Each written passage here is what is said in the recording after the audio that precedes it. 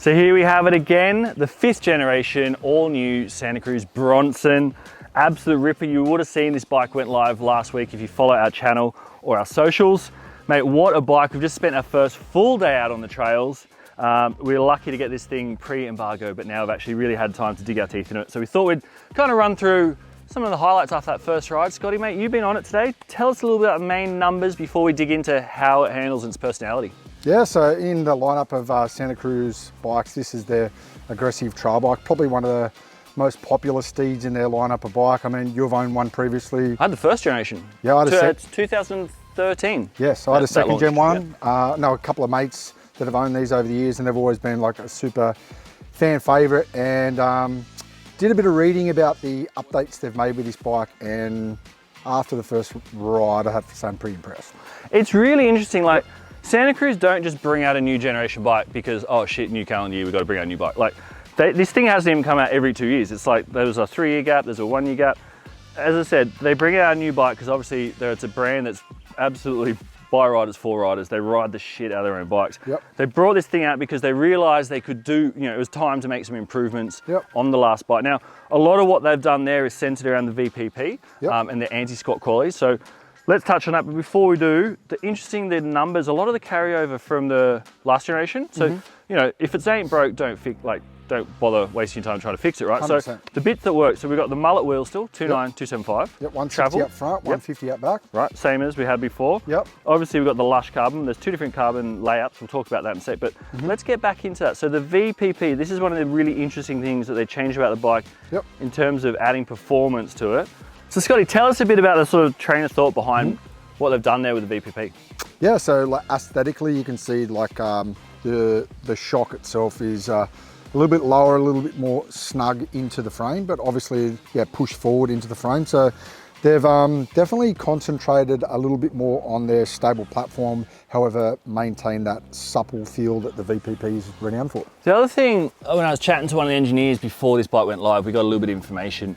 The other really interesting detail they've changed is actually they've extended the rear end. So obviously they wanted to stay with the mullet, but they were mindful, like, a lot of people like the roll wing kind of characteristics of the 2.9. Obviously they wanted to stay with the playfulness of the 27.5. But they've actually, obviously size specific geometry across all 5 frame sizes from extra small through extra large. Correct. But tell us a bit about the rear end, because it's extended it. Why have they done that? Yeah, well, I mean, it makes a lot of sense. It does make a lot of sense. I mean, a lot of bike companies obviously going to a shorter bike because one, they, or a shorter rear end, so to speak, is because they tend to corner a little bit better, be a little bit playful, so to speak, as well.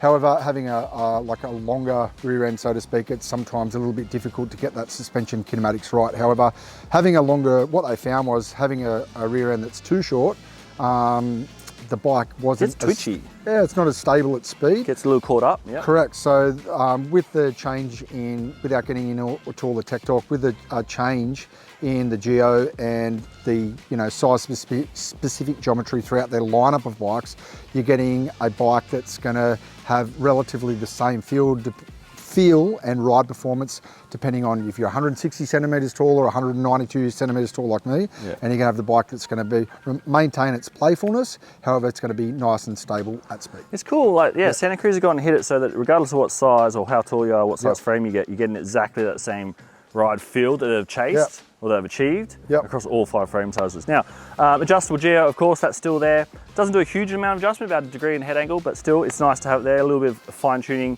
We all know that people like to play with their bikes. Big money. Mate, this storage compartment, they call it the glove box. Mate, the quality on that thing is ridiculous. Dude, but like the quality of the bike overall, I mean, all you fans at home, I mean, it's hard to tell from your computer screens or your TV at home, but when we actually get one of these SantaCruz bikes and when looking at this thing, yes, they're on the higher end of the market. However, they do have a range of bikes depending on the budget, on your, what budget, what you like in components and whatnot as well.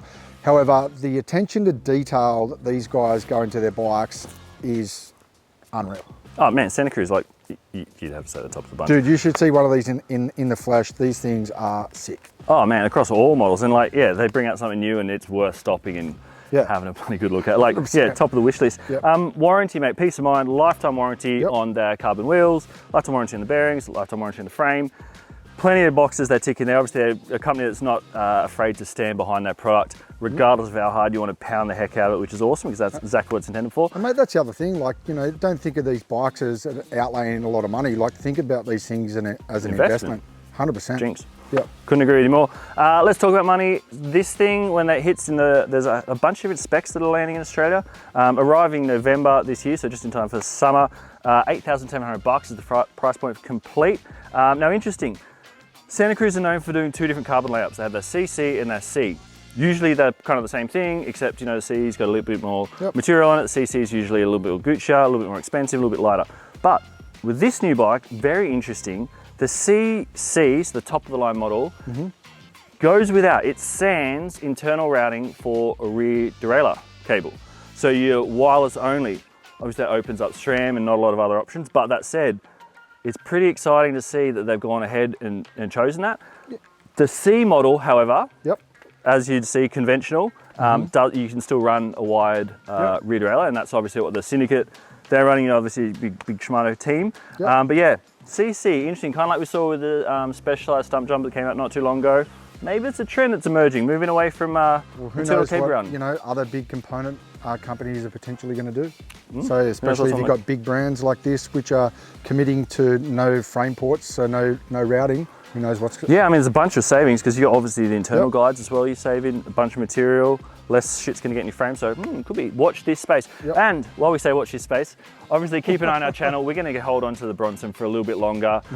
There's a bunch of us in the office that are kind of like fighting over this thing. I think we're going to see a few of us pop up, testing this thing out, giving you our thoughts and feelings. So definitely be sure to subscribe to our channel, keep an eye on our socials, and obviously the magazine, which is hitting the newsstand any minute now. All right, guys, cheers.